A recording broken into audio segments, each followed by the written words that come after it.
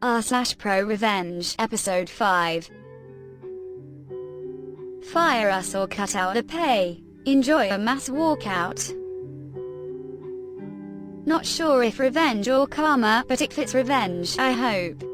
Back in the early 2000s, I worked for a tech company who offered tech support, on-site support and training to organizations who either didn't want specialized IT staff or could benefit from outsourcing. The company consisted of the 3 directors, a sales department, finance HR department, and tech department. Tech was further split, with a senior manager, 4 team managers, and each team having 2 section managers. For call center support, where I worked, we had 2 team leaders, 2 senior engineers, 2 normal engineers and 2 juniors. I was a standard engineer, earning $22K for a job that was worth at least $5K more outside of the low-price area we all lived in. 2006, and I'm still stuck in this job. On the same pay, conditions are worse than before, with no overtime, no flexi time, no financial compensation for industry qualifications, shortened breaks and no pay rise since I started. To make matters worse, they sold part of the land that the office was on to a developer. And on-site car parking was now for management only. We had to either pay to use the nearby council car park, or risk parking on the street. Morale was low, but despite bad pay it was still good for the area we lived in. One Friday in July, think it was the 21st, one of the senior engineers finds a document that he shares around the private chat app. It's a restructuring plan that the board voted in last week. Apparently, this had to be made available for the company for 3 months before any changes to terms and conditions could be made. So the board gave it a generic file name and tried to bury it in the large staff shared area of the network. One of the directors was selling his shares and moving on, having been headhunted by a large recruitment firm in a nearby city. The 2 remaining directors had managed to buy most of her shares with a small quantity going outside the company. This was the company response. Most of the document was a typical downsized restructure package with a twist, a few team mergers, staff reductions and pay cuts spun as if to say that they needed to maximize their profits to put the lost money back into the company. In October, a new contract would be released for all to sign, and was generic. In November, the restructure would be announced, and by January 1st, the new structure would be in place. The directors noted that the new contract needed to include clauses for non-competition and for soliciting customers, as these didn't exist except for the sales staff. It also mapped current positions to their new ones, and what the new salary would be. I would be down by £5,000 a year. But the twist was that anyone with the word manager in their title would have their pay increased drastically. The team manager's pay jumped from $52K to $65K, for example. By the end of the day, everyone under the rank of team leader had seen this document and was not happy.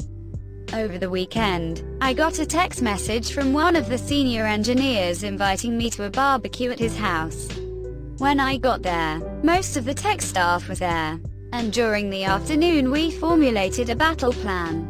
Our revenge. Monday the 24th of July, 8 a.m. 26 people in the tech team arrived for work as normal, each with a letter for the senior manager giving their 1-month notice, and all quoting the clause in their contract that states that members of the technical team with access to confidential company information must be off-site and on gardening leave the same day as they hand in their notice.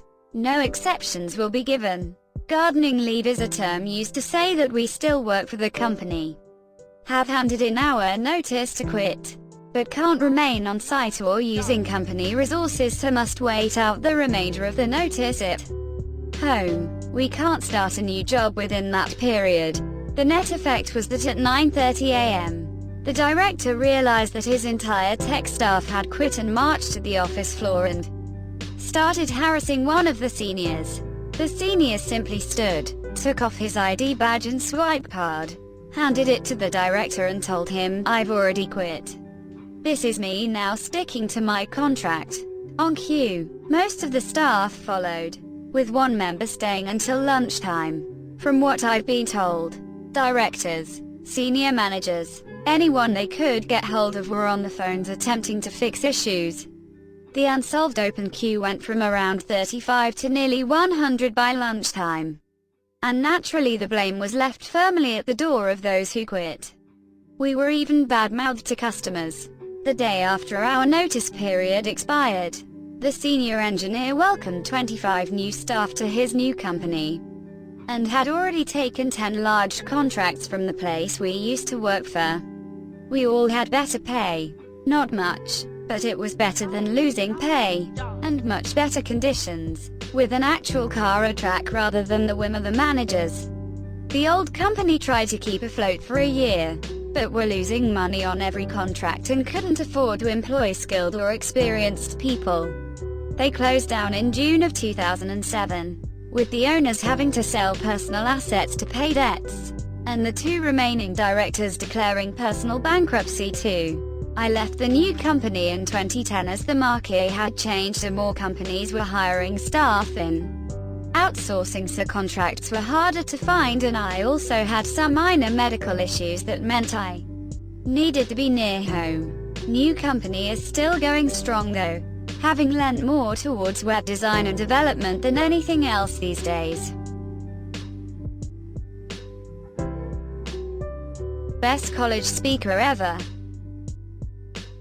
When finishing up my degree in criminal justice, we had to learn about how the justice system works, and how sometimes it doesn't.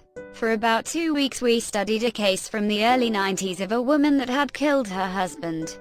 Because the case is public record and a very interesting read, look up Betty Freeburg 1993.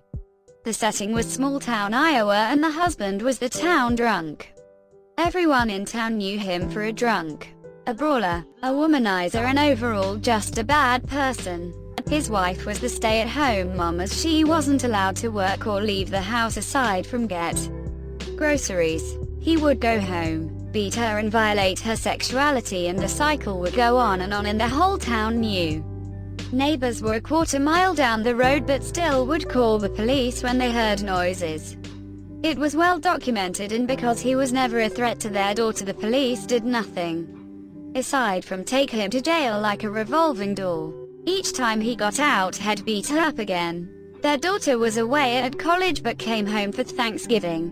While the father was at work, the daughter told the mother that her father had violated her sexuality and that she had even had an abortion because of it. This was the breaking point for the mother. She got her revenge 100-fold. When daughter went back to school after the holidays and husband came home, she killed him with his gun at the kitchen table. The table is important because it was a big farm table used for chopping up deer and other livestock. Doing the butchering was her job and she was good at it. If I could find the case report, it has pictures of the table and clear marks of chopping. She chopped up her husband and scattered his body over neighboring farms, fed what she could to her livestock and cleaned up. Months went by and winter came and left. Police investigating his disappearance even questioned her while sitting at the table drinking coffee. She explained the marks on the table by explaining that she butchered her own meat and showed their officers her deep freeze. The investigation went on for months until finally a neighbor's dog brought back a body part. They identified it as belonging to him and she was arrested on the spot. She pleaded not guilty and refused any offers. It went to trial and 12 of her peers judged her not guilty due to extenuating circumstances. She confessed to the crime, explained why she did it and how, and that she had no real choice because no one was going to help her. The farm was hers and she refused to give it up as it had been her family's home. She was let go entirely for the murder charge. The next week we had Betty as a speaker to the class to discuss the case, and she was awesome. At the time she ironically sold dismemberment insurance for Aflac. Betty, if you ever read this, know you're seen as a figurehead for battered women, and you pulled off the best revenge I have ever been able to study. How I got revenge on my realtor after I was tricked into a 1-year buyer agency contract, who had no intention of helping us buy a home. TLDR at bottom. My husband and I met with the top realtor that a very popular agency had to offer. We saved for 2 years and we ready for a home. He was confident, encouraging, and made us feel like he could get us into our dream home. We reviewed financials with him and he saw we each had tier 1 credit. Both scores over 800. Plus we had enough saved for a conventional loan. He was clearly so happy because he could smell that commission check. He brought out the contract. We discussed the buyer agency contract, which didn't seem like a big deal because we were very serious about buying. We also knew most realtors did this, so it wasn't alarming. In case you don't know, this contract is standardly a 3-month contract stating that you will not buy, rent, lease any property without the realtor getting their fair commission, and if you go behind their back with someone else, they will be entitled to a percentage of whatever property you purchase. The clause he failed to mention, we missed.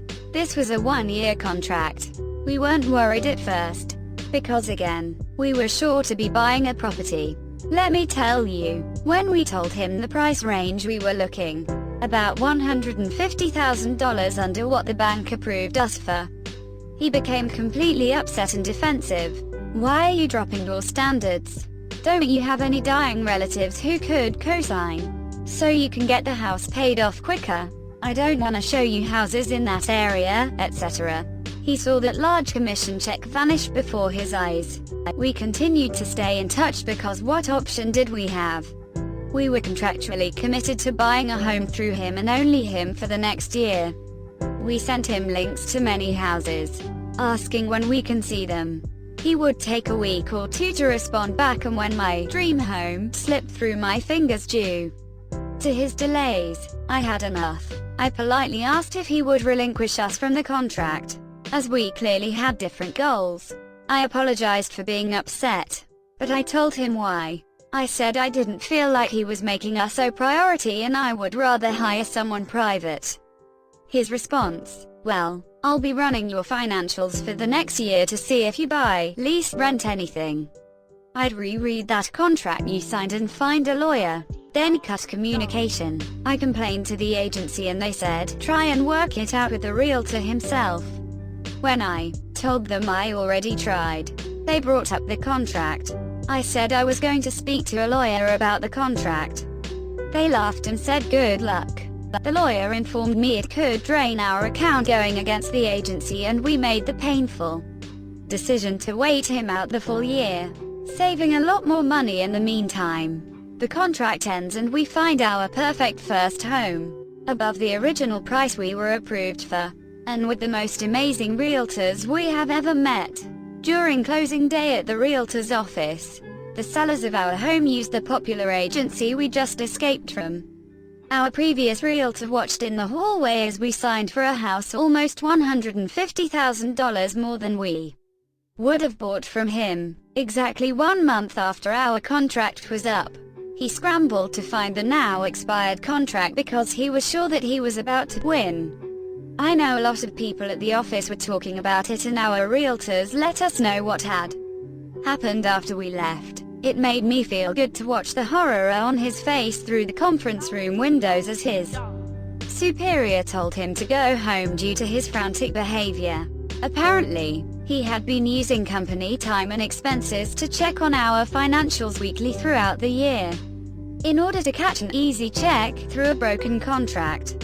There was no confrontation between us directly, but I definitely feel like we won that one. I looked on their company website and his name has been removed from their listed agents. TLDR, realtor tricked us into a 1-year contract and refused to show us houses we wanted. Used company time and resources to monitor our financial status, hoping we would break our contract and buy through someone else so he could get a percentage of the property we bought. He presumably lost his job due to this and had to watch as we signed for a home $150,000 over our original price range. where he received no commission.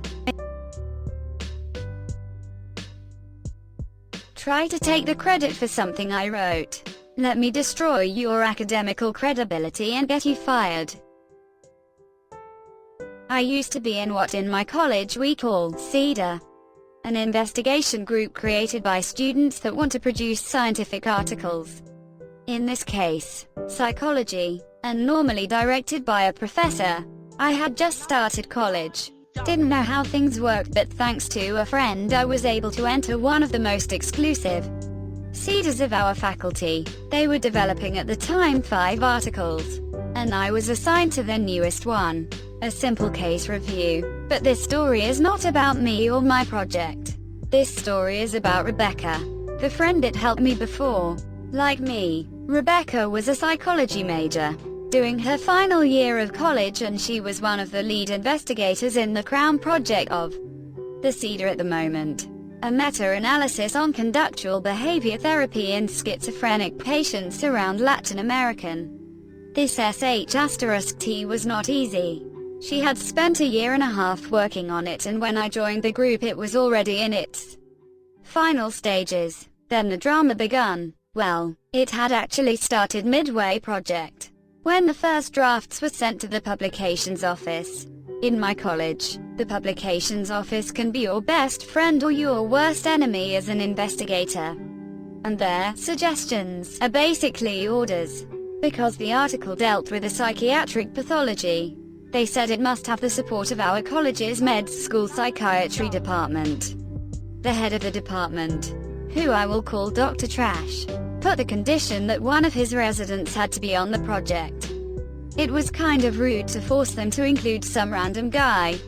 But in the end she and her group accepted. Enter Julian, the human incarnation of laziness, in a team of 5 individuals. Rebecca, Julian and 3 other psychology students. Julian barely did any job, and whatever he made had to be checked and corrected by one of the others. Sometimes Rebecca doubted he even knew what the article was about from some of his comments. Fast forward again to the finish line of the project. It was basically done and only needed the approval of Dr. Trash.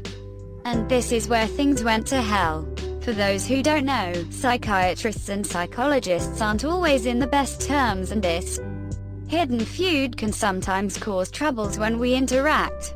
In this case, as Rebecca learned from one of the good psychiatry residents, the problem was that Dr. Trash didn't believe psychology should exist and thought of us as glorified life coaches. You see where this is going. With the project already done, he refused to approve it unless those credited as main authors were himself reasonable to a point. Department heads were always considered main investigators. Our CEDA director and Julian. The others could only put their name as investigation assistants on the acknowledgement section. This was a total slap in the face. Even when she tried to argue that she was the one that designed the project in the first place and that Julian did the minimum, the man called her a liar, said her basic idea had needed a lot of corrections, false, and that he knew Julian had written most of the paper as there was no way she could have done it. Remember, he saw us as life coaches. Julian, being the douchebag he had been all year, didn't correct him and let the others drown while he was praised. In her last peaceful attempt, Rebecca asked why they could not put the names of all as authors, and Dr. Trash said that a bunch of unknown student names would only wrest credibility to the thing and refused the proposal. Lastly, he said that they could accept his terms, or quit the project and leave him total control of the article. You may be thinking this is impossible. This man is literally stealing the work from another person. Sadly, this is how investigation works sometimes, and is not uncommon that well-established investigators steal the work of unknown ones because in the he said you said, they are most likely to win. Even with evidence like mails and drafts, they can get their way. Rebecca and her friends were devastated, but even the director of the CEDA refused to give them his support. The important thing is that the article is published, not who takes the credit, was his reasoning. That's when Rebecca decided to go full suicide bomber. when she told her friends of her idea, warning them it would be the best if they leave the project before things escalated. They decided to stay and help her. The plan was to sabotage the article by modifying the statistical analysis they had made previously. Basically the core of it all. The conclusion you got with the new results was the same as before. But anyone who read the thing thoroughly and checked the sources would see the data had been tampered, making it look that they had forged the results to their convenience. This was a tricky move, because they had to make the modifications in between the last revisions with enough subtlety that Dr. Trash would not notice it when he corrected other parts of the text. They were extremely lucky he never checked the statistical component, partly because that was the CEDA's director responsibility and he had already given them their thumbs up. Finally, the article was completed, and the work was sent to the publications office. Then it was just waiting until it finally made boom. About a month after submitting the project, all the implicated were cited to a meeting with the publications office, including Dr. Trash. The office had seen the altered results, and that meant they had to investigate the group for fraud to the students and the resident. It could mean expulsion for the director and Dr. Trash. They would be forbidden to publish again under the university's name, and in the worst-case scenario, they could be fired. And that is when Dr. Trash saw he had condemned himself. Because Rebecca and the others were just assistants, it meant that most of the responsibility was on himself and the other main authors. Blaming the students would give away the fact that they were way more involved in the process. Admitting he had taken away the credit and that he had not checked the paper properly. In the end, he didn't have to decide how he wanted to be hanged, because the CEDA director spilled the beans in order to save his own neck.